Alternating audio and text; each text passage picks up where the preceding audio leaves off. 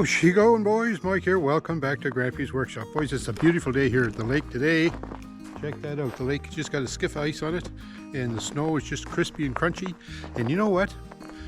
A day like today is a perfect day for tracking Balonies. You know, I got a good friend, Everyday Projects. He's got a nice channel. Check him out.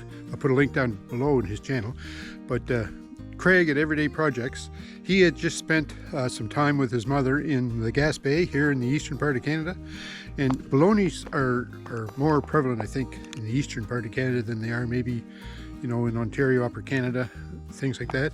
But anyway, Craig had a really good video on there about tracking and capturing and trapping a Baloney during the Baloney season. Baloney season is only 2 days long, like Craig said in his video. So you have to be, you know, on the mark quick to get out there and get those Balonies. But nevertheless, he did a good job. He had set some nice traps. He had a skillet there with a good medium grease in it. And, you know, the first day he was skunked, and I felt bad for him because, like, he really put a lot of effort into it, finding the ideal habitat for where the Balonies would be. And he set out those traps, and they were so nice, and just couldn't go wrong. Well, anyway, he was shut out the first day, but the second day he managed to get one. Oh, she was a beauty too, man. I could taste it just from looking at the picture. It was some nice. Just imagine that. It was a good size one too. I bet you could eat off that for 3 or 4 days, that Baloney. It was a nice one, really, really nice. But anyway, you know, kudos to Craig for doing that. He trapped his Baloney in November, like that's when the season is on here in Atlantic Canada. And there was no snow on the ground, no frost, no nothing. So, like, I don't know how yet he figured out where the Balonies would be traveling, because, you know, they're elusive Balonies. You don't often see them. Well, in fact, like, I've been tracking Balonies and trying to catch Balonies for a long, long time. I've got a couple in my day, but I've never ever seen them really in the wild. Like, well, once I catch one, I see it, of course, but like to see one actually traveling in the woods, no, I've never seen that happen. Now, you can go to your grocery stores and get commercially raised Balonies, like they're plentiful, and you know, in anybody's had a Baloney, you know they're good eating, right? But the commercial ones, they're not nearly as good as the ones caught in the wild. Now that Baloney that Craig got there, I bet you he's still drooling over that. You know, and there's so many different ways to eat Baloney, you know, like you can have it just as a sandwich, you can have it as a burger, you can cut it up and put it in craft dinner. Oh man, Baloney and craft dinner, you can't go wrong with that. It's just unbelievable. And the commercial ones, you know, like I have to say, Maple Leaf, they raise good commercial Balonies. They're tasty, like from one end right to the other, just nothing but lovely. But there's a lot. Chris Brothers, Chris Brothers, yeah, Balonies that Chris Brothers raise, exceptional. But to get a Baloney in the wild, well, now you're talking like, oh yeah. You might think I'm just kind of joshing you here about a Baloney from the wild, but no, there's a different taste altogether. It's almost like, you know, you can go to the grocery store and you can buy a nice rib steak, Tastes pretty darn good, doesn't it, on the barbecue? But if you get a rib steak off a deer, man, the venison, you know, the wild taste that's in it, it just sets it up here. Like and it's the same with Baloney. Baloney's in the wild, you know, that it's got that venison tinge to it. And it just gets you going, you know, like it brings us back to our roots, you know. I think, like, we came from out in the wild, and we've domesticated ourselves and moved into like houses. But, you know, deep down our DNA and our genes tell us that, you know, we're wild carnivores, hunters and gatherers, and like to get a Baloney in the wild, yeah, you know you scored when you get a Baloney in the wild. But anyway, enough about that. What I've been doing over the last while is after Craig posted his video, because I never trapped Balonies for years, I don't have time anymore. But when Craig posted that video about trapping his Baloney, I thought, you know, I'm going to keep an eye out for Balonies, because I've never seen a Baloney around the camp here. I don't even know if they're around here. You know, they're scarce, they're hard to come by, and you don't get many statistics, you know, like when you go on the natural resources web pages, like how do you trap a Baloney, how do you catch one, you're allowed to shoot them, when's the season. It's hard to get information, and the season's only 2 days long, so you would think that the population of Balonies would be up, but no, they just seem to be as scarce as ever. And, well, you know, we've got a lot of coyotes around now too. You know, it seems like when the rabbit population goes up, the coyote population comes right behind it because they like to get the rabbits. Well, if a coyote is worth his salt, he knows where the Bolognas are running to, and he'll be watching for a Baloney. If he ever gets one, he'll stay away from the rabbits. So, you know, if you got a lot of rabbits in your area and you still have a lot of coyotes, you know darn well there's going to be Baloney in your area. But anyhow, I'm digressing here again. What I'd like to say just is that since Craig posted his video, I've been kind of keeping an eye out, you know, different times I'm out, say on the bike or something like that, traveling around, seeing if I can see some tracks, see if I can recognize maybe where a Baloney might be going. But without snow, that's almost an impossible task. But it snowed here. Well, our first significant snow was last week, and the snow was hanging around. And guess what? It's still here today, and it's sunny, perfect day for Balonies. But they don't often come out in the daytime. I think they're nocturnal type of creatures. So when I come out this morning, just kind of messing around and tooling around here on the landing, I was wondering maybe if I should plow again or something like that. But I just want to show you what I found. Now, I'm pretty excited about this, because I never even thought Balonies were around the lake here. But guess what? I found some tracks anyways. And I just want to show you now, the habitat we have here is kind of, maybe it's Baloney friendly, I'm not really sure, but like where Craig was, where that thickety brush around a brook or something like that, I think that's more like where the Balonies like to hang out. But you know, we're pretty close to the lake here, and you know, we get beavers and otters. They'll come up in here and chew on hardwood trees. So I don't know, it's not a stretch, I don't think, to say that maybe Balonies would frequent this area too, being so close to the lake, because they like the damp soil. And I'm thinking I might just get a pan and set it out here, although the season's over. You know, I might cheat a little. Just see. Maybe at catch and release. Well, I was going to say catch and release, but yeah, it's hard to catch them without them dying on you. So anyway, enough about that. Look what I saw here this morning. If you notice here in the landing, there's lots of bike tracks around here like that. Just driving the bike and the car and of course the tractor. But look what I saw right here, just out of the blue. I happened to notice. I never even noticed it. I never picked up on it at first. But look at that. Those, my friends, are Baloney tracks. Now you might say, Mike, how do you know those are Baloney tracks? They're just marks in the snow, eh? But if you think of a Baloney, you know, like its long cylindrical body, and the way it goes through the snow, it kind of lops, you know, like it's hard to explain it unless you saw it. I've seen videos of it. I should get one and post one. If I can find one, I'll post a link down below for a Baloney traveling in the wild. But you know, they lop. They sort of land rear end first, and then they flip forward, and then they push off with their snout, and then the rear end lands again, and they sort of just like lop through the trails that way. And because of that, I think, this is just me saying it, like I'm no expert, hey, but I think that's why they travel more when there's no snow around, because when the snow's down, like, it gets slippy. So when they try, when they put the rear ends down, and then when they roll forward, when they try to push off with their front ends, well, oftentimes they'll slip, you know, and they won't get the traction. That's what I'm trying to say. And it takes them longer to get from here to there. Now, normally a Baloney track would be maybe 2 feet between them. You know, there would be a little poof like that, and then 2 feet, because they can fling themselves that far ahead.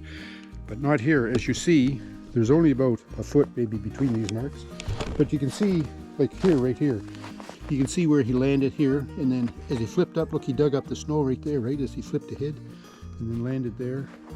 And so yeah, those are Baloney tracks, folks.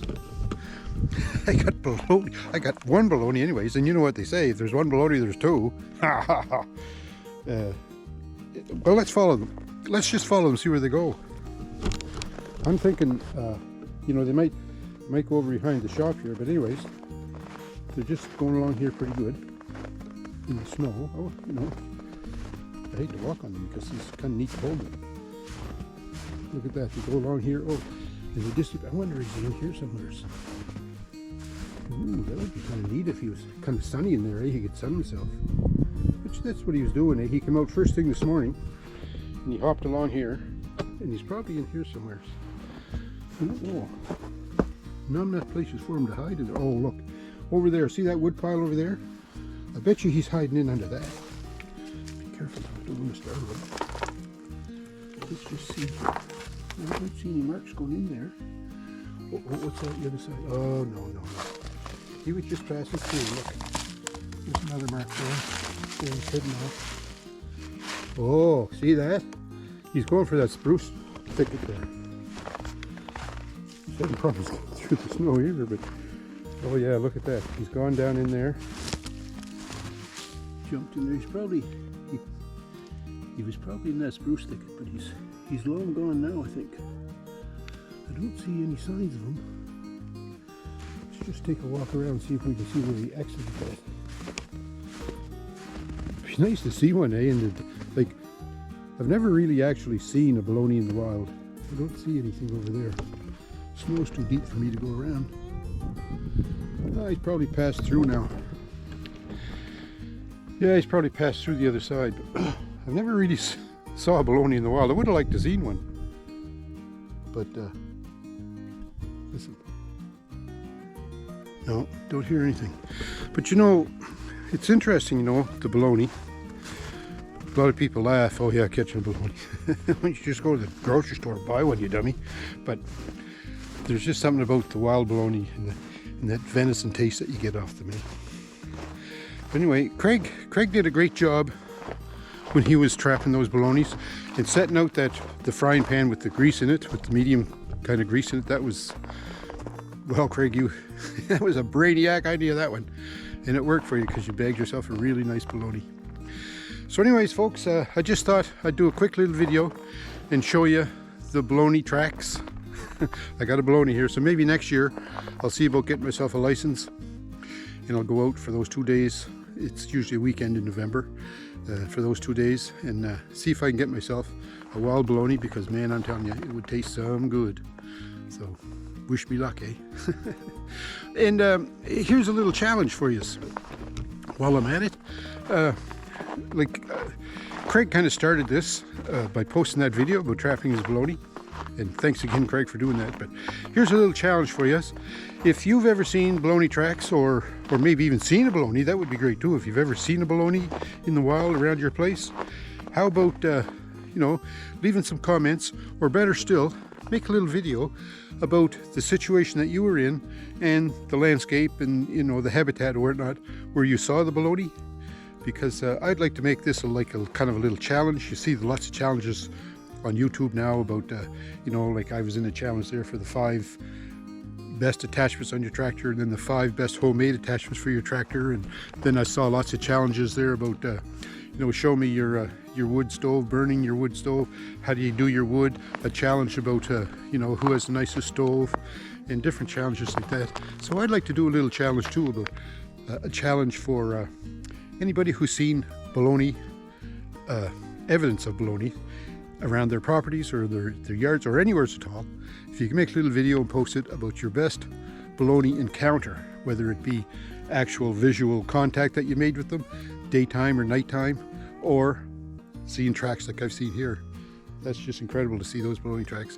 But you know, a little challenge like that, if you've seen them, just post a little video. It doesn't have to be a long one, just a little video, you know, get a little action going.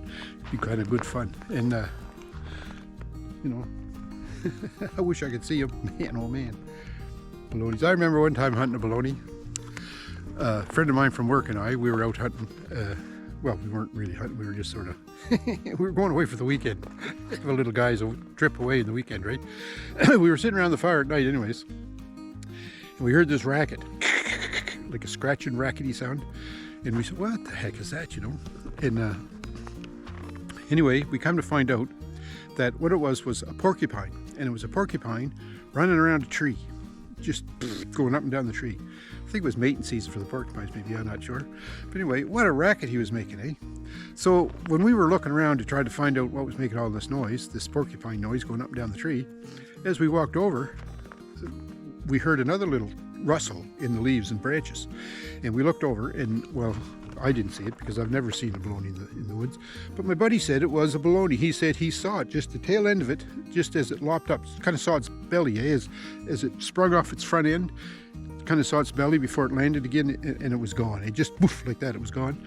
But yeah, that's the closest I've ever come to seeing a Baloney. And well, you know, we were having a few drinks that night. Maybe I wasn't drinking so much I could have seen him, but my buddy doesn't drink, and he swears on a stack of Bibles this high that he saw the Baloney, just the tail end of it heading off into the woods. So, you know, that's as close as I came. But you know, that was, oh, that would have been 25 years ago probably. I was still working then, just a young fart.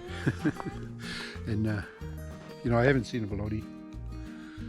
I hope to, before I die, see a Baloney someday. But anyways, my buddy says he saw him, and he still swears to this day that it was a Baloney. But hey, I'm not going to argue with him. Good for him, that's what I say.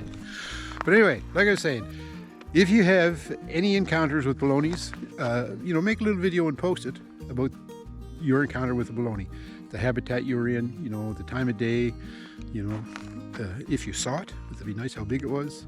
And also, if you like Baloney, you know, a lot of people don't like Baloney. I don't know why, but you know, bologna and cheese sandwich. Ooh, you can't go wrong there. Bologna and mustard. Bologna and beans. All right, now we're talking. Pull up a chair, buddy. Bologna and beans. Can't beat it. Fried bologna. Oh yeah. And it's just good. Any way you can think about it, it's good. So, thanks for watching. Don't forget, accept the challenge. Do something for the challenge. Post a video or something. Just a story about you and Baloney encounters. Thanks, folks. And thanks, Craig, for doing that trapping video for Baloneys, because that really inspired me to get out here. And look at that. I was lucky, because I found some tracks. So thank you, Craig, for that. Take care, folks. Have a great week. And we'll talk to you.